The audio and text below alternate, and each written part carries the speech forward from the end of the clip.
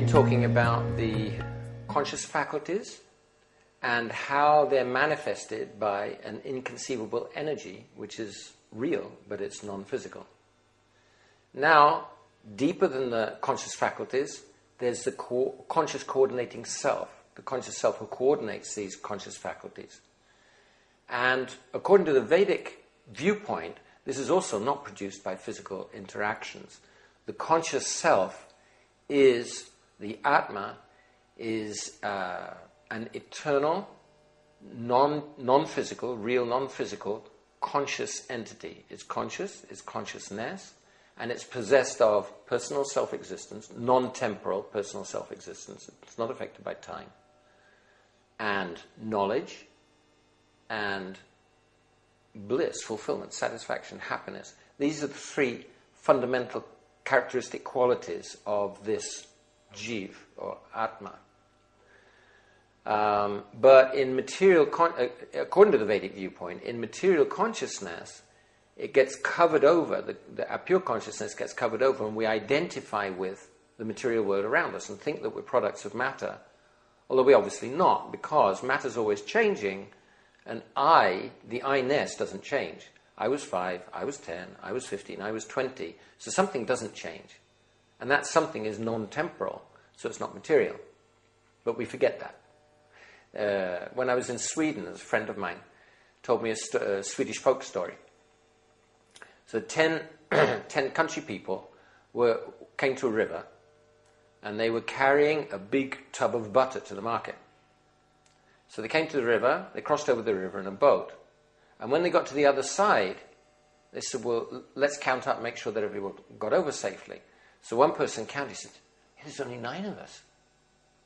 And the next person counted, he said, you're right, there are only 9. But they looked round, they couldn't see who was missing. So in the end, one of them said, look, I've got an idea. We'll all stick our noses in the butter. So they all stuck their noses in the butter, and then they counted the marks in the butter, and sure enough, there were 10 marks. So then they knew, okay, we're all here. So my friend Ingvar, he said, I think it'd be best if the scientists had a pot of butter in the laboratory, and every morning they stuck their nose in it just to make sure that they know that they really exist. So, why should we think that the self, conscious self, is a real entity and not just some illusion? Well, first of all, I've been talking about the coordination of conscious faculties.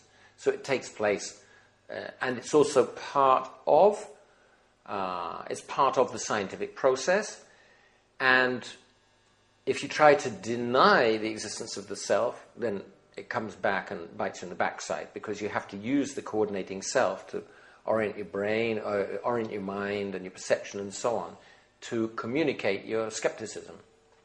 Common understanding is that we exist. We have the same passport, the same social security number if you have one, throughout our lives. If we talk to our parents, they'll tell us about, how we were even before we were born. We can't remember. But they see that we're the same person.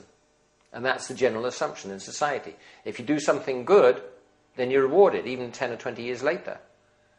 And if you do something bad, you may be punished 10 or 20 years later. So it's the same person. That's common understanding. Scientists agree. Many scientists have commented on this one. Erwin Schrödinger, he says, so in brief, we do not belong to this material world that science constructs for us. We are not in it. We're outside. We're only spectators. The reason why we believe that we're in it, that we belong to the picture, is that our bodies are in the picture. Our bodies belong to it. So Schrödinger is clearly distinguishing between the body and the self, who's seeing the body and seeing the world. And Roger Penrose, in his book, Emperor's New Mind, he says, in short, what makes human beings human is not a material quality. It's a spiritual one, and it's clear that its source is an entity apart from matter. There's other evidence that the self is a real entity. For example, near-death experiences. There's so many examples of this. One, fairly recently, there was a long study in Holland of people who were revived after they'd died. Means brain dead, heart dead, everything. But when they were revived, 12% had very vivid experience. They could relate what happened in the operating theatre, things that they wouldn't be expected to know. One of them was even blind. So, and they were seeing not from the body, but from above the body. One of them even left the operating theatre, went outside the building, in a kind of disembodied state, onto a floor, 6th or 7th floor, looked in through the window and saw something on top of a cupboard, a tall cupboard in the room, noted what it was. And then when they were revived, they told the surgeon. And the surgeon went up and checked and said that that thing on top of the cupboard couldn't have been seen from inside the room. It could only be seen from outside the room, in this six-story room. There's a lot of evidence for reincarnation as well. There's quite spectacular experiments on regression where people can remember, for example, there's one lady who was in Australia, was regressed and remembered living in Somerset. She described place names which weren't on modern maps. But as they looked at older and older maps, these place names began to appear. Her own name and names of family members were there in the parish register. And when they took her there, so she recognized the place, she saw the house where she'd lived and she described it. She said, but there should be a window there. When they went inside, there had been a window there, but it was bricked up now and covered with ivy.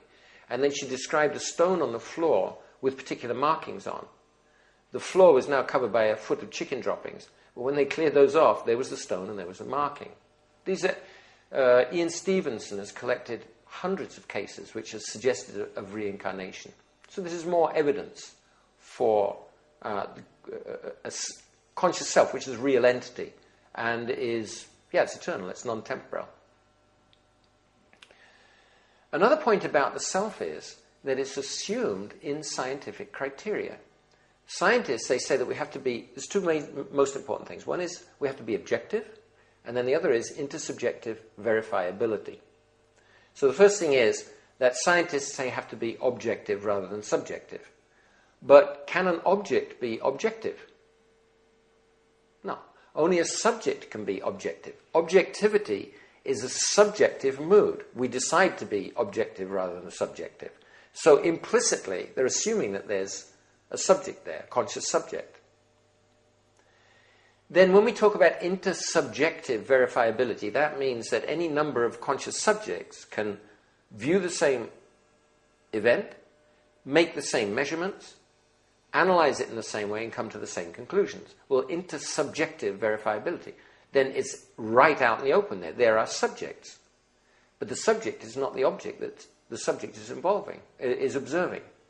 So scientists actually assume the existence of a conscious subject who is separate from the objects that he's observing. And when they deny that, then as Erwin Schrödinger pointed out, it gives rise to all sorts of paradoxes. So the qualities of the innate qualities of the self, it's non-temporal individual self-existence, knowledge, and satisfaction. And we see that not only in human beings, but also in animals, even fish, birds. They have subjective processes, they learn, they obviously have emotions, they have the instinct for self-preservation, and so on. Even plants, they respond to music, they respond to personal action, like good gardeners, they go and speak to their plants and caress them, and the plants grow well. So these are some evidences that the individual self is not just an illusion, it's not just a product of physical interaction, but as the Vedic viewpoint says, it's a real fundamental particle. We are real fundamental entities.